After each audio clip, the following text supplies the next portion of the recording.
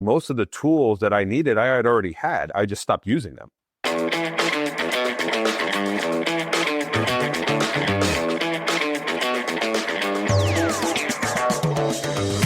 Hello there, it's me, Steve Mellor, and welcome in to GrowthReady, the podcast that allows high performers to reveal the reality behind what it means to ready yourself for growth, the personal and professional challenges along the growth journey, while also allowing the high-performance executive coach in me to satisfy his curiosity toward what drives optimal performance.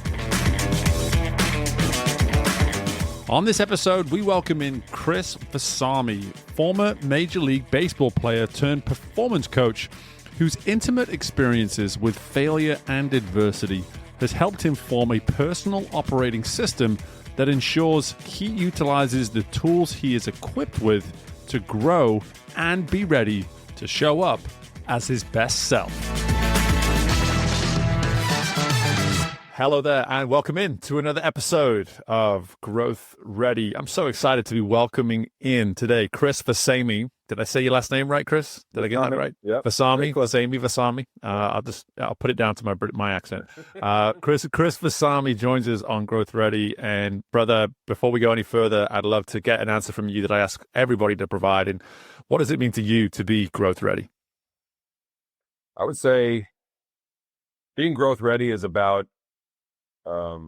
trusting all the work that you've put in, trusting the process, being in love with the process, being in love with the journey, and really understanding that, life is about planting as many seeds as possible, whether that's from a personal standpoint, professional standpoint, the ability to have real long-lasting impact on your fellow human beings. Mm-hmm. So just being able to take all the work that you've done and all the preparation you've had and be able to be ready for every opportunity that comes your way with an open mind, heart, and soul. I love it. Love it. And I'm always looking out for, are they going to answer it more forward thinking or more reflective? And there was a reflective theme to what you provided there in terms of, one's ability to build that trust and then slowly go from maybe a sense of trust to truly falling in love with a process, with the work. And then even hearing you speak to this notion of planting seeds as well for those that you need to come along for the ride. Definitely picking up on that sense of that importance of community for you as well. And one thing I'll share from the outset here, Chris, is that you, as a guest, you speak to really where the genesis of this entire podcast was formed. Is that when I first started this podcast over 260 episodes ago, I'd have former athletes come on and talk to us about, what it is they learn from their time in sport and how they apply it in the work that they do today. And the show is very much grown out of that now, and we just speak to this whole concept of growth and readiness more holistically. But for you, let's start with maybe where you're coming from and your background in sport, because I would love for you just to maybe go back to those years where you were in sport and share with me how these assets of trusting work and trusting processes and how they maybe served you at that point in your life. Baseball, we all know, and if we don't know, it's the game of failure. And it's an interesting growth of evolution as you go higher and higher in the sport. Because when you start as a young player, it is very black and white. It is very results oriented. Did you hit the ball or did you not hit the ball? Did you get on base? Did you not get on base? Did you throw a strike? Did you not throw a strike? And then as you evolve and you become very good at those pieces of the game, well, as the level rises and as the competition gets better, that's when, the failure really starts to set in. And so I always say the best baseball players are the best at failing. The ones who fail the best are actually the best players, because if you look at it in those singular moments, it can be the greatest, it can be the worst moment. But when you sit back and you have a bird's eye view of your last 10 at-bats, your last 10 games, your last 20 innings as a pitcher, we start to see the patterns of what you're doing and of your success. And so it's a very interesting and a unique thing where you can literally do everything perfect as a hitter, and you hit the ball, and it might be the best ball you've ever hit, and somebody catches it, and you're out. Mm-hmm. And so you start to learn that there are gray areas to the game, and you start to learn that there's really gray areas in life. And so you really, am I going to look at it from I just got out, or am I going to look at it that everything I did in preparation for that moment, that's really my success? And so being able to learn about the process and learning, that there's very few things that we actually have control of. And so the things that I am in control of, I have to be brilliant at those things. And I call them your basics. Like, we all have basics that we want to live our life by, processes that we have to do, systems that we have to abide by. And if you're brilliant at those basics, well, I'm not saying it's easy. But if we keep it simple, then it's much more attainable. Mm. And if we're brilliant at the basics and we strive for perfection, we actually land on excellence. Gosh, already so much substance there. And I want to start with this term failure, because you're the most recent person now that's bringing up this topic. And I love how all these high performers from such a diverse background of high performance keep coming on and sharing their perspective on failure. And I'm hearing you really push the idea that failure it's an act in the sense of the doing of failure. It's when we master the art of doing failure, we no longer look at failure as the result that it is, but the process that it is. And that is that in itself, I find to be, again, as someone who's all too familiar with it too, it kind of disarms you a little bit in a nice way. It just makes you sort of go, you know what? Like, this result right here, this result does not define me. This is simply yet another step in the act of failure. And I again, I'm a British guy. Baseball came to me later in life, Right. and I've been allowed to sort of get up to speed with how the sport works here in the last 15 to 20 years. And for me, it is such a fascinating concept that the higher you go with something, the more exposed to failure you become, when so much of the world around us is trying to teach us the complete opposite, right? Yeah. And whether I'm working with professionals in the corporate world or, associations, student athletes, whatever it may be, it's being able to shift that perspective that failure is no longer final. It's feedback. Yeah. But you have to allow it to be feedback. And that's where people start to separate themselves from a mental place, from an emotional place, from a perspective shifting place of, if your emotions are so attached to that result, well, yes, it's going to feel like it's the end of the world. It's going to feel so overwhelming that you won't even give yourself a chance to work through that process and get the feedback.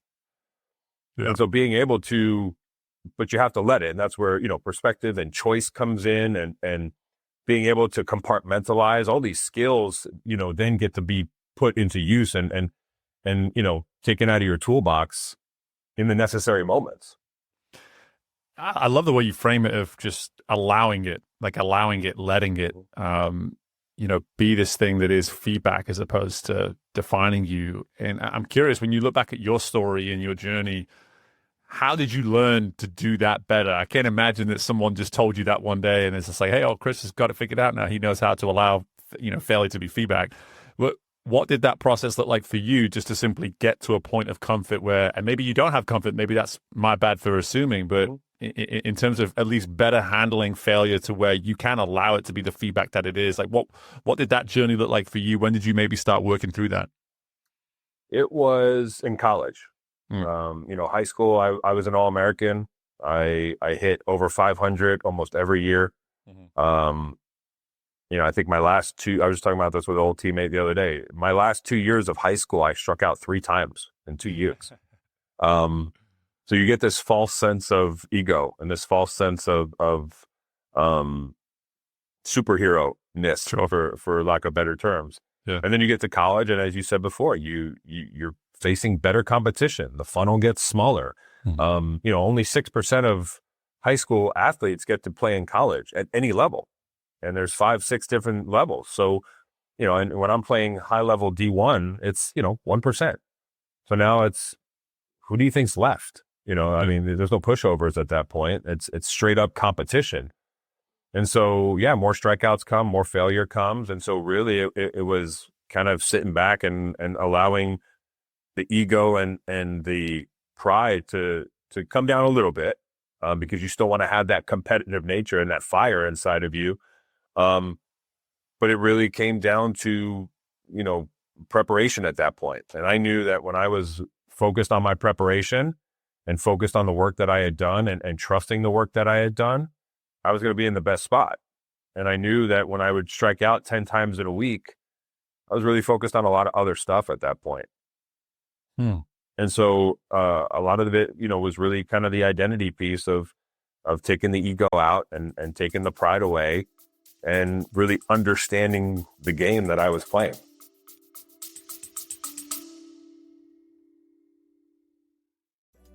AI is changing the game of business. Will you be on the winning team? I'm Jordan Wilson, the host of the Everyday AI podcast and your coach to help you learn the X's and O's of AI. Artificial intelligence isn't just a new player in the game, it's a new sport altogether. So if you don't quickly put AI into play, your competitors will run up the score. I've spent my whole life building winning teams, from coaching basketball to working with big players like Nike and Jordan Brand. My next move? Helping you win with Everyday AI. Listen wherever you get your podcasts or on everydayaipodcast.com. Let's tap into AI together and put points on the board. Yeah, I gotta, as I like to say, I want to double click on that a little bit and just go a little bit deeper, in the sense of something I'm hearing is that when you noticed these patterns, let's say, of striking out what we would deem failure, it sounds as though you were able to sort of go a little deeper and say, maybe it's not as simple as just the way in which I'm seeing the ball. Maybe there's something more at play here. Yeah. Because you knew your process so well, because you trusted it so well, you were able to identify almost immediately, but from what I'm hearing is like, okay, there's something greater at play here, and I need to do more work around that. Am I hearing that right? Yeah. And it could be something as simple as I wasn't getting enough sleep because I was trying to enjoy being a human and go out and be with my friends and, go to the bar and, not that I was drinking, but just being out, and so not getting enough sleep and how that rolls into, now I'm tired. Now I have a lack of focus. Now my brain is fuzzy. Now I'm not seeing the ball, but it's not that I have lost the ability to see the ball. It's because when I take, I take some personal inventory, I realize that the root cause is over here. And so now I need to go work on that. Yeah. Yeah. And it's a lot of, it comes down to, and it's a lot of the work that I do, whether it's a workshop or with a small group or even at a keynote, it's the ability to challenge people to take real personal inventory and personal accountability of your system and of your process. So that way, when something does go wrong, you can really pinpoint it. Because I always say one of the worst things that we can do, whether it's humans or business and life, athletes, it's to have success and not even know why you had success in the first place. Yeah. Because then when success goes away, now you're really lost. Whereas if I truly understand how I had success and now something's going wrong and I can extrapolate it down to one or two or three things, well, now I'm able to get back on track a lot easier than literally just continuously starting over and over again. Yeah, it's such a good insight. And again, my background's in the sport of swimming. And so for me, I get to look at things through that lens. And funnily enough, when I first finished swim coaching specifically, I almost try to keep swimming at an arm's length as I started my business working with executives. It's like, no, don't see me as a swim coach. See me as this, see me as this. And then suddenly over time, the more I'm working with these high performers in their respective industries, you say, oh, the parallels are so obvious. Why would I hold this thing at an arm's length anymore? And something that you're speaking to here that really resonates with me in the world of swimming was that whenever we were able to remain in a close-knit environment as athletes and as coaches for an extended period of day, athletes would start to give us this feedback of like, wow, everything's coming easier to me now. Everything's making more sense now. And I would always allude to it at the end of a 5-day, 7-day trip, like, well, your entire environment is being contained to everything that you need in order to perform at the best level. Absolutely. And then when we get outside of this environment, the noise comes in, the distractions come in, all these things.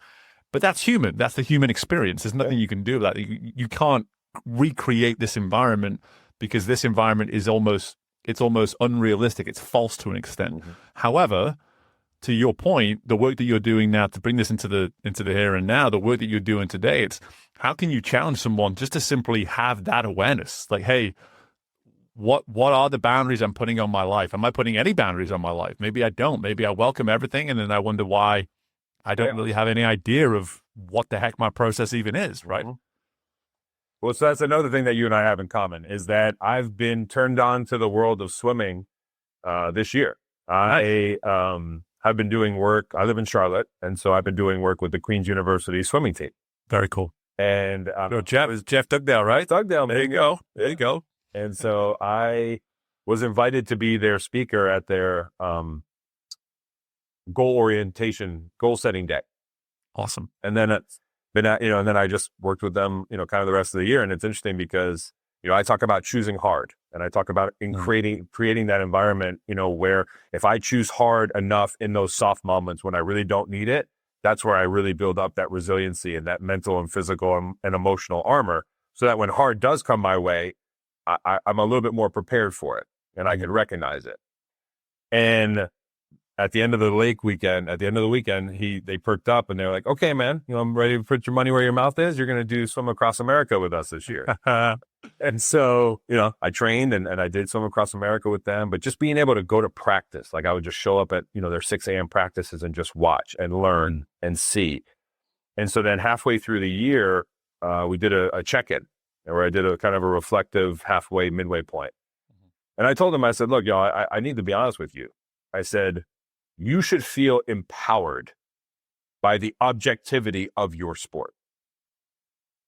Whoever hits the wall first, no matter how you do it, if I'm a coach and I just hate the way you swim and I hate the way you go about your process, but you're always the first one to touch the wall and you get us 25 points, I really can't argue.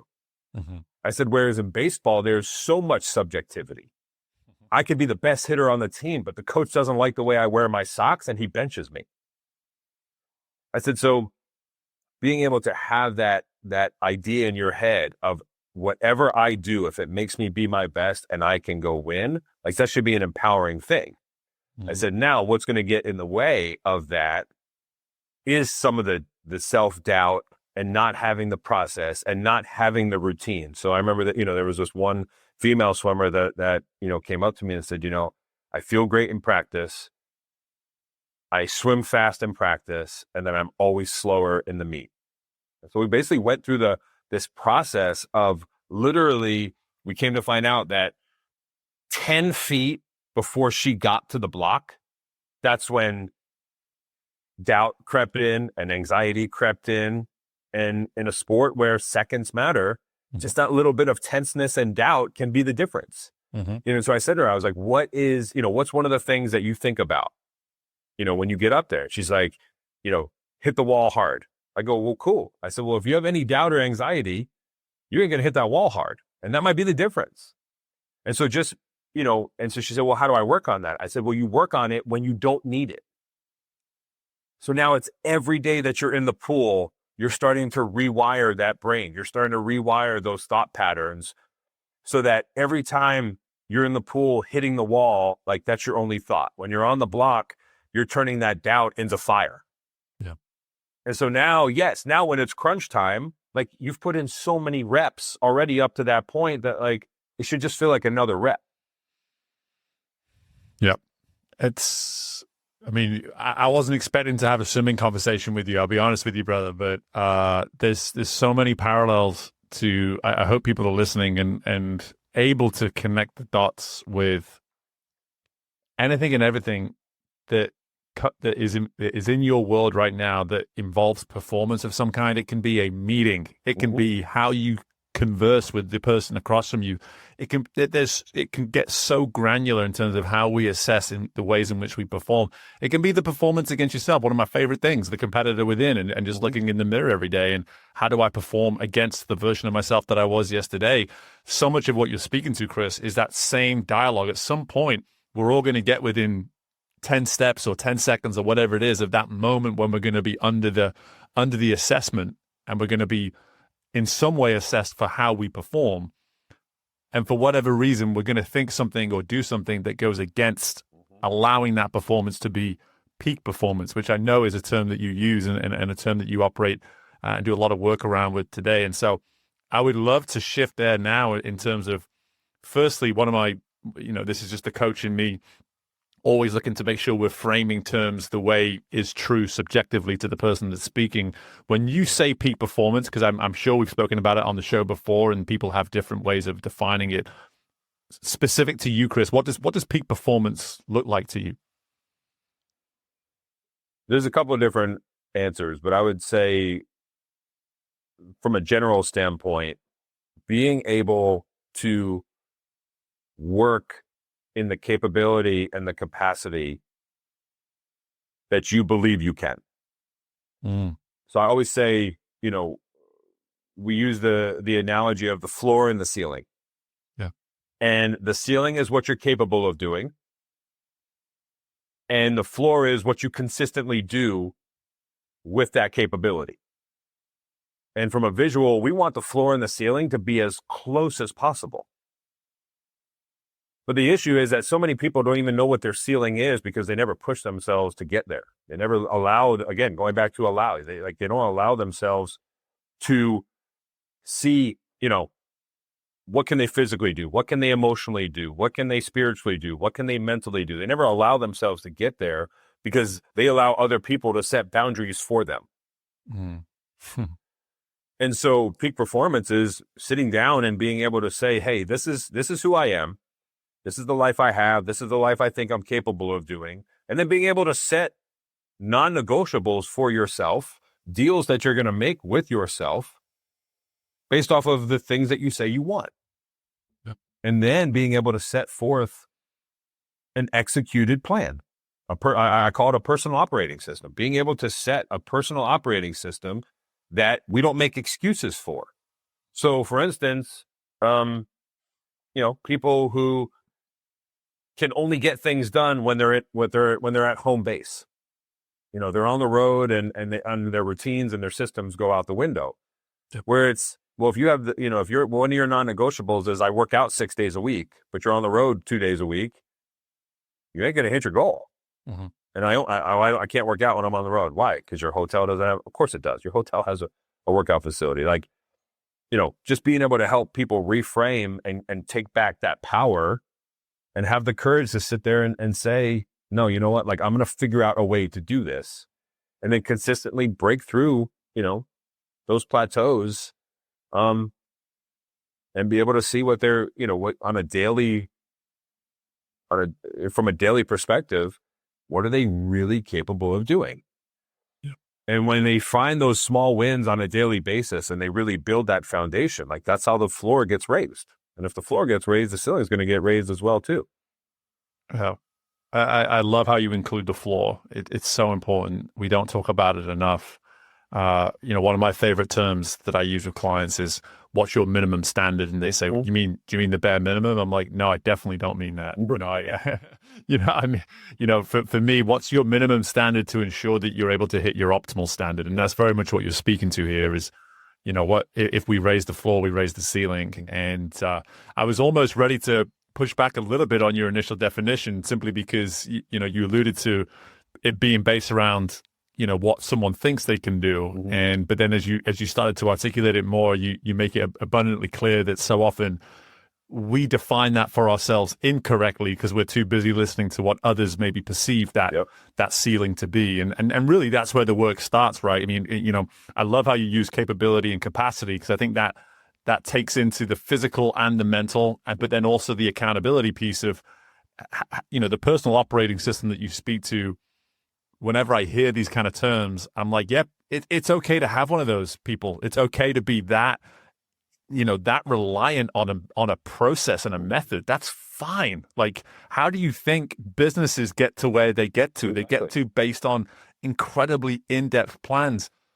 When you start viewing the value of yourself the same way a CEO values their business, you'll be pretty amazed what you're willing to do when it comes to that investment of just to what you're just speaking to preparation right now, Chris. You're just talking to like, hey, are you willing to invest in the preparation that's required to be this version of yourself and achieve peak performance, right? Absolutely, because then it goes into character and ambition and integrity. Like, do you have the integrity and the character to hold true to the standards that you set for yourself? Yeah. I was on a group call, a couple months ago, and one of the, young gentlemen, probably 25, 26, he said, hey, I want to ask a question about, you talk about taking personal inventory. Well, when I sit down and I go to do it, I always get distracted and it doesn't get done. He goes, do you have any tips? I said, sure. I said, I have some tips. I said, but I'm going to ask you a question back first. I said, when's the last time you missed a meeting with your boss? He goes, well, I would never miss a meeting with my boss. I said, then why are you okay missing a meeting with yourself? Yep. Because of consequences. That's why. Because there are consequences to you missing a meeting with that boss. There's consequences to you not getting your work done in your professional setting. Well, if you don't hold yourself to the same standards in your personal life, that's why we're going to continuously have these disconnects. Yeah. I knew we were going to have a lot of alignment today on this conversation, but at this point, we're just using different words to say the same thing, which I love. Yeah. And so anyone that's tuning into this is getting a double dose, and I love it. And I think for me, what I'm hearing that I really hope people are hearing is you're worth the investment. Absolutely. You're worth the investment, and man, the really crappy part about that is that there's not enough people in your life that are going to take the time to tell you that either. That's, you alluded to it earlier, like that, other people are setting these boundaries for you. Man, if we're all just waiting to be told this, we're never gonna implement it. So we're telling you now. Like, especially because the most interesting thing is that most people who are setting boundaries for us, they're not living that life anyway. Exactly. Like, they have so many boundaries around themselves to begin with.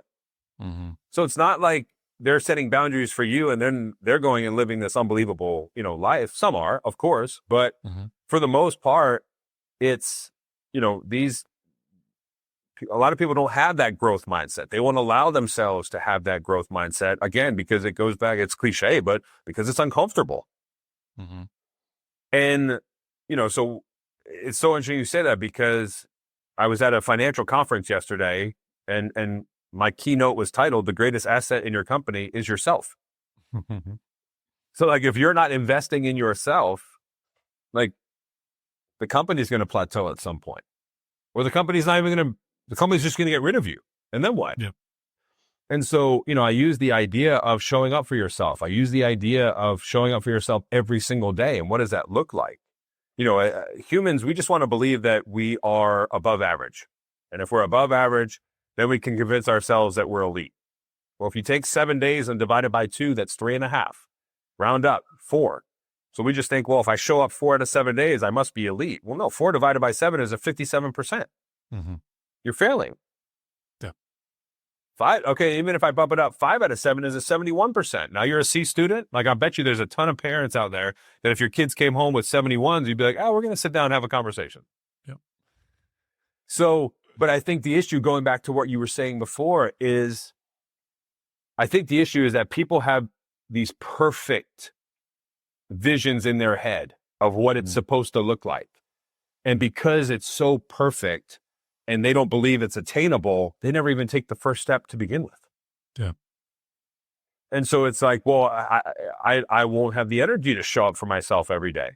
And that's when I push back and I say, well, here's the deal.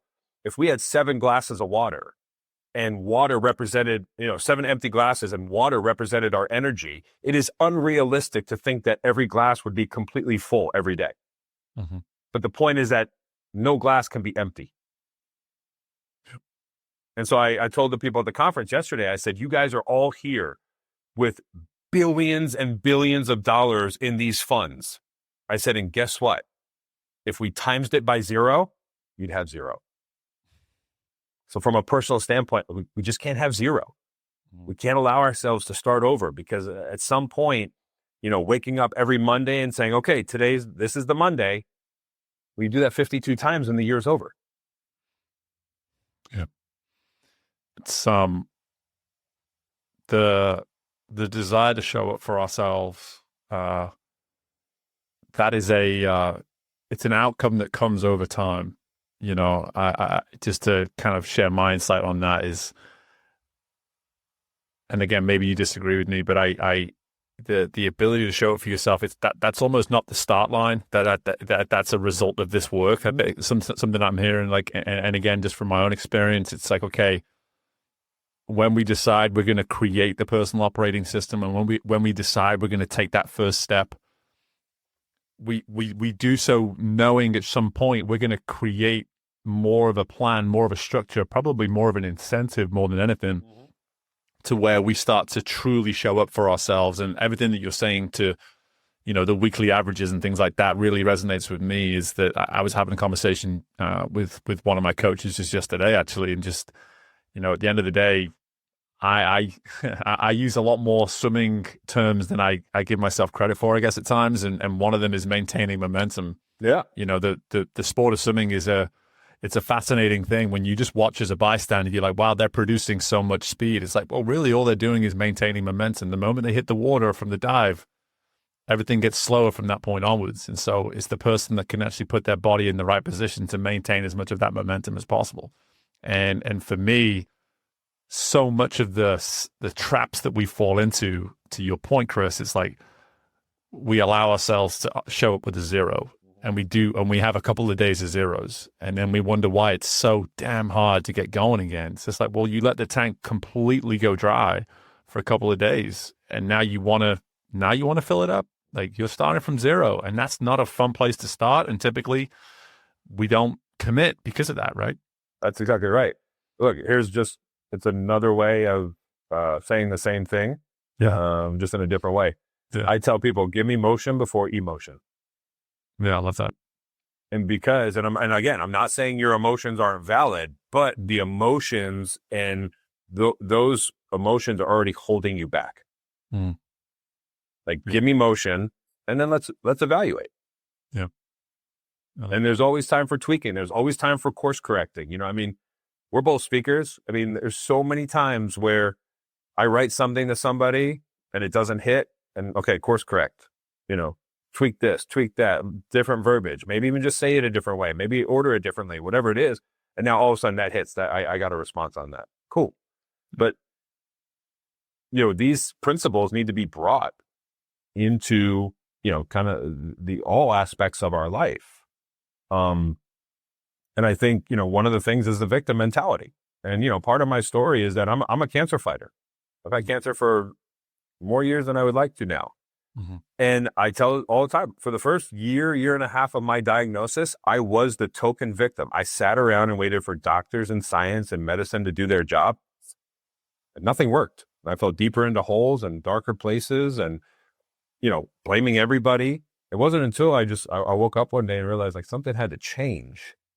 And realizing that most of the tools that I needed, I had already had. I just stopped using them. And it was just a matter of, putting them in a different way. So all the work that I had put in to hit a 95-mile-an-hour fastball, well, now it's time to put the work in, against a cancer fight, because now instead of a pitcher on the mound, now cancer's on the mound. Mental health is on the mound. Emotional, breakdowns are on the mound. Gain 60 pounds, lose 60 pounds, all these things, like they were coming down the pipe. So now it's a matter of, like, you're going to step up and face them. And I think that was part of it too, I realized quickly that my responsibility was no longer on why this was happening to me. My sole focus was on how am I going to deal with it. Yeah. The inside of the tools were there, but I just stopped using them, man. Like that, Phew. That's and again, just in my world now, I'd see it all the time in sport, but just to bring this into the here and now with executives and leaders that I work with today, it's what I love about coaching is typically I get to see what the person across from me will eventually see before they do. 100%. Because you just sit there going like, I know you have the tools. I know you're equipped. I just need to wait for you to see that, you know? And again, that's our job in that moment as a coach to bring that out of them. But that's the work so much of the work that you're doing today, having had this realization through your battle with cancer, becoming your own investment, you're now doing the same thing for so many others in the work that you do as a performance coach.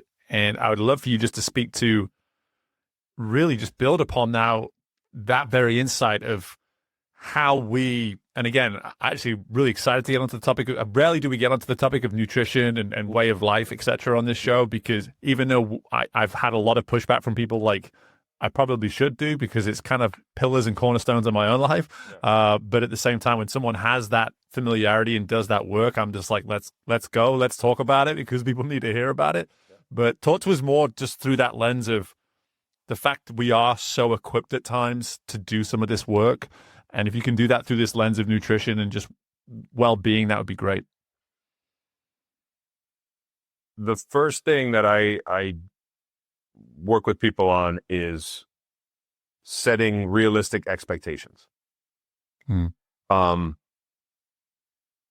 You're at Thrive, right? That's right. Yeah. Okay. So I believe Larry referenced this during his talk. And one of the things that I work with people on is I ask them 3 questions. Are you interested? Are you committed? Or are you obsessed? And you just need to answer it honestly. Like, don't tell the answer that you think I want to hear or that think that you want to hear, because each answer comes with its own description. And if you say you're interested, if you say you're committed and you say you're obsessed, but your actions say you're interested, well, now we're going to have a disconnect with expectations. And now frustration starts to set in, and now blame games start, and now victimhood starts. So it's really just starting from a place of really knowing, what are you willing to do? Like, how much does this mean to you? And one of the things I work on with people, whether it be, nutrition, not hitting your goals, not hitting your protein goal, not hitting your step goal, not hitting your workout goal. The scale's not moving, it's not budging.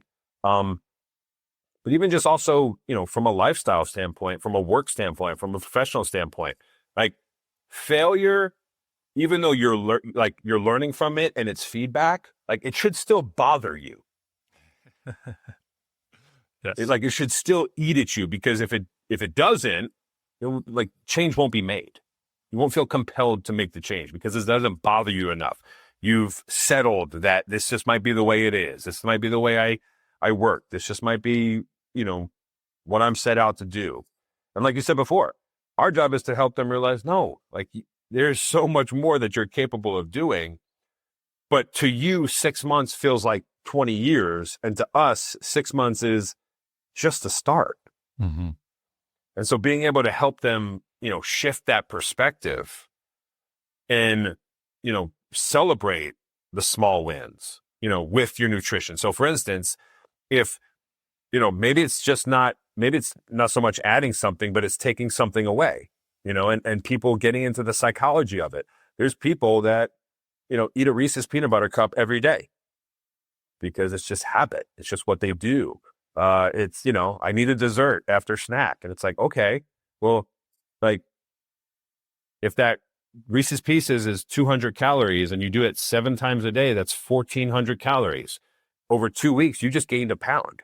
So we're able to really dig into stats and numbers and objectivity and just say, hey, these are tangible things that we can point to. Mm-hmm. Now, if tomorrow you don't eat the Reese's, don't feel so proud that it's oh, well, yeah, I should be able to do that. No. That's a huge win that needs to be celebrated. Right. And so because you celebrated it, you're up to do it again tomorrow. Yep. So again, going back to that momentum, you start to build that momentum and that motion. And now after 6-7 days, you're like, you know what? I don't think I do need that. And maybe 15 days later, like you do have it because you're starting to live this life where 80% of the time you're doing exactly what you're supposed to get yourself in a spot where the 20% of the time doesn't matter. And that's the time to be enjoyed. Mm-hmm. You know, people say to me all the time, like, I'm not going to stop drinking. I said, cool, I didn't ask you to. Mm-hmm.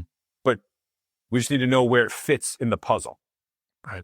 And so for some people, we're taking away from a nutrition standpoint. Most people are way under proteined. And so if you teach them, hey, protein builds muscle. Muscle is now the new organ of longevity. So if you don't have enough protein, you can't build enough muscle. Like we want to break it down into those simple forms for people so that they can really wrap their head around it. And don't make it so complex. Yeah. And if we can do that with other parts of their life as well, hey, you always say that you're busy. You always say things get in the way. Have you tried going to bed? Have you tried waking up at 5 a.m.? Well, I can never do that. Well, why not? Well, I can't go to bed, that early. Okay, why not? And what you come to realize is people they have anxiety with the idea of going to bed at 9 o'clock at night because they feel like they're going to miss something. Mm-hmm. Or put your phone down.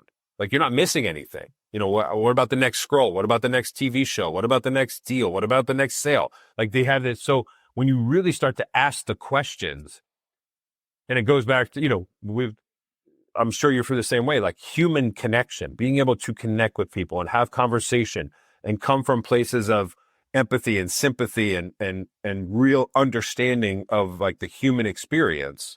Mm-hmm. People will open up. And so they know that you're not asking because you're judging, you're asking because you truly want to help them. Yes. And so they're able to sit there and go, hey, you know what? I guess I will try to go to bed at 9. And they go to bed at 9, they wake up at 5 and they go for a walk and they realize it's peaceful and no one's bothering them and nothing's going to get in the way and it becomes a habit. Yeah.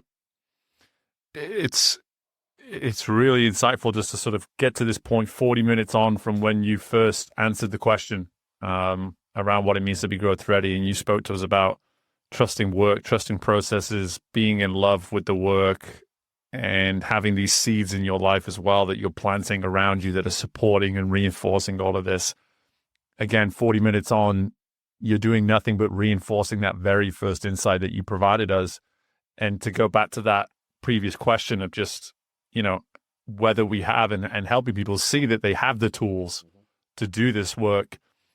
Something I'm hearing, like, do you have the ability to create commitments, to have awareness, to create patterns and to remain simple, keep things simple in that process as well? We all have that ability. We're also incredibly good at adding a bunch of uselessness in there as well to prevent us from using those things. And that's the thing that we need to keep at bay. If it's something as simple as just a tweak in your day to see this consistent knock-on effect. I talk about it all the time, and you just alluded to it with the going to bed. Like last night, I think it was 8:30 in our household, and my wife said to me, "Hey, you want to watch that show again?" I said, "Not tonight. I'm tired." Mm-hmm. And that was the end of the discussion. And that's because I have somebody in my life, and my wife, who understands how I operate and supports and reinforces that kind of behavior. She knows that the outcome, she respects it. She knows the outcome for me is optimal. It allows me to do the things that I try to do. Tonight, the answer will probably be different. It'll probably be yes. Let's watch it. Let's do it. Why? Because I had that consistency the day before, and I now feel like I'm a little bit more awake and not as fatigued or whatever it may be. And so I think there's something in that too of just those closest one or two folks that are in your corner day in, day out, whether it be a spouse, a friend, a colleague, or whatever it may be. Are they as aware of the investment that you're making? And if so, what are they doing to reinforce it? What are they doing to allow you to sort of build upon the level of respect that you have for the work that you're doing too? Only if you outwardly show it and discuss it. Exactly. I remember when I started working out 7 days a week, people used to be like, really, on a Saturday, on a Sunday morning? And I say, yeah, because it's one of the only things that I actually have control of. Yeah. And I know what it does for me, and I know what it does for my mind and my body and my spirit and my soul. And and building that mental and physical armor and being able to sit there and feel like I can actually show up and be useful for the people who are counting on me. Yeah. So people, you say like, oh, did you work out today? Where now it's, how was your workout? And just that little subtle shift. Yeah. And it also leads me to another point when you were saying it, is that, it's cliche, but are you surrounding yourself with winners in all different aspects of life? Morally, moral compass, North Star, values, accountability, ambition, integrity, character. Are we willing to have the hard conversations with each other because we need it, while also, again, that built up idea of at the same time that person's going to hold me accountable while also celebrating me, and vice versa. And it's, again, going back to permission and worthiness. Like your friend group, the people you surround yourself with, it's really like one of the only things that we have complete control of. Yep. I played baseball for 23 years. To say that I loved every teammate I ever had would be a lie. But the idea was, as long as we were on the same idea, as long as we were on the same page in terms of where we were going and hard work and ethic and trying to win a championship, then all is well. But out of the locker room, off the field, you're surrounding yourself with the people that know what you're striving for and are going to help you and support you and keep you accountable. And I tell people, you have permission to vet that group as often as you would like. Because at the end of the day, growth comes with goodbyes. Yep. And we have to be okay with that.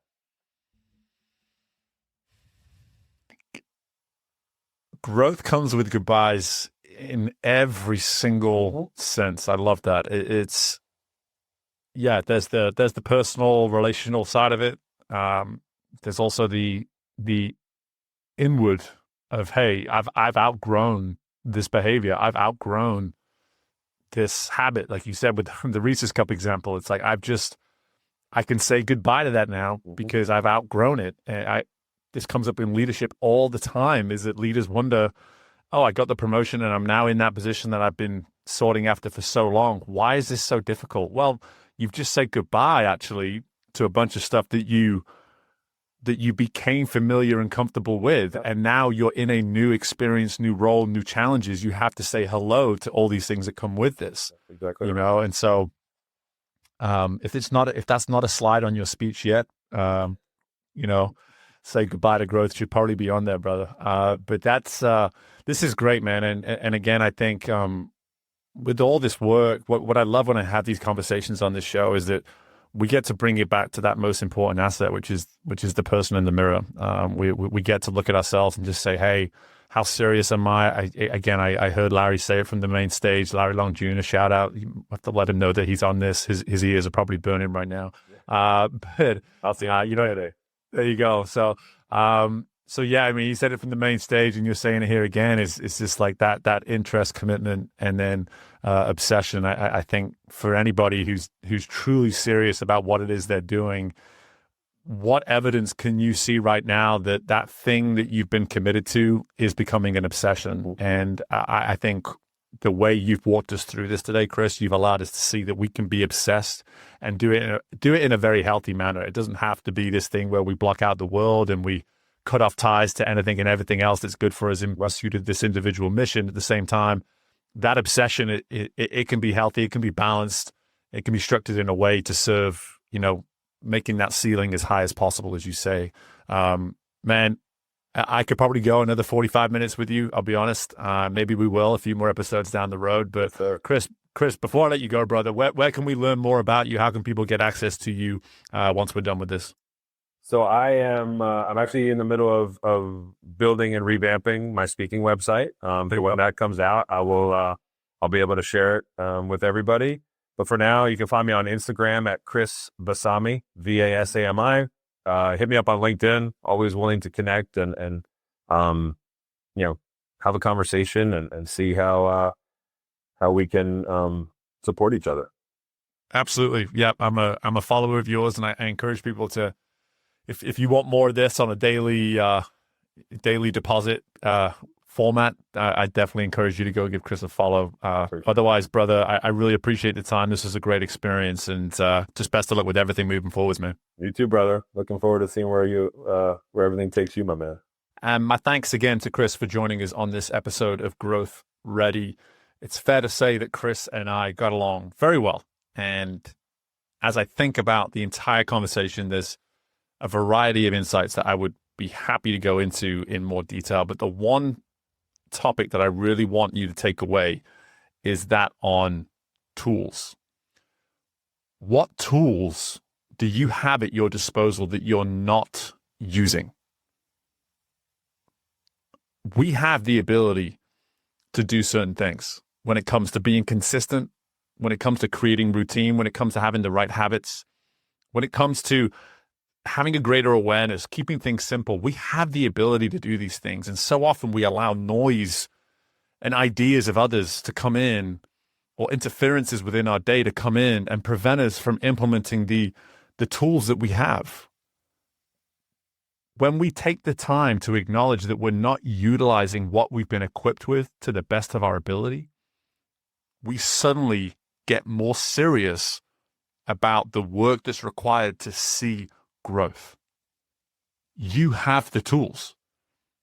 But if you're not doing these internal audits of how well you're using these tools, good luck on optimizing how well you use them. So take the time, reflect, ask yourself, what assets, what tools do I have within me that are going unused?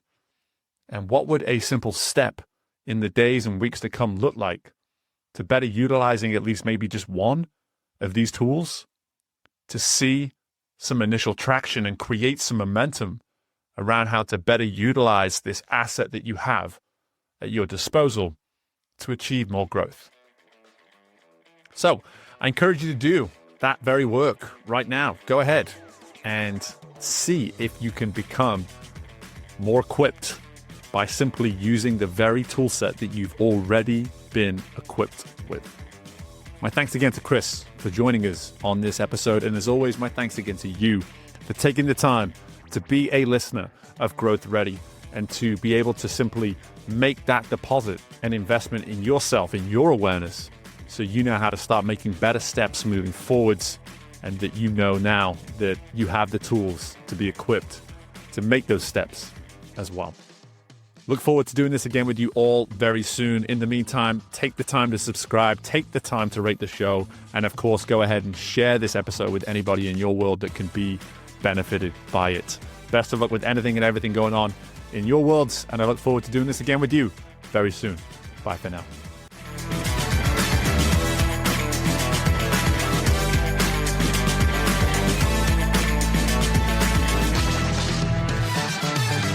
Thank you for tuning in to Growth Ready. If you liked what you heard and are feeling ready to grow, be sure to leave a 5-star rating, subscribe to the show, and share the episode with someone you know is ready to fuel their growth journey today. We love our community, so don't hesitate to reach out to us at podcast@growthready.com. And until next time, we are Growth Ready, and you will be too.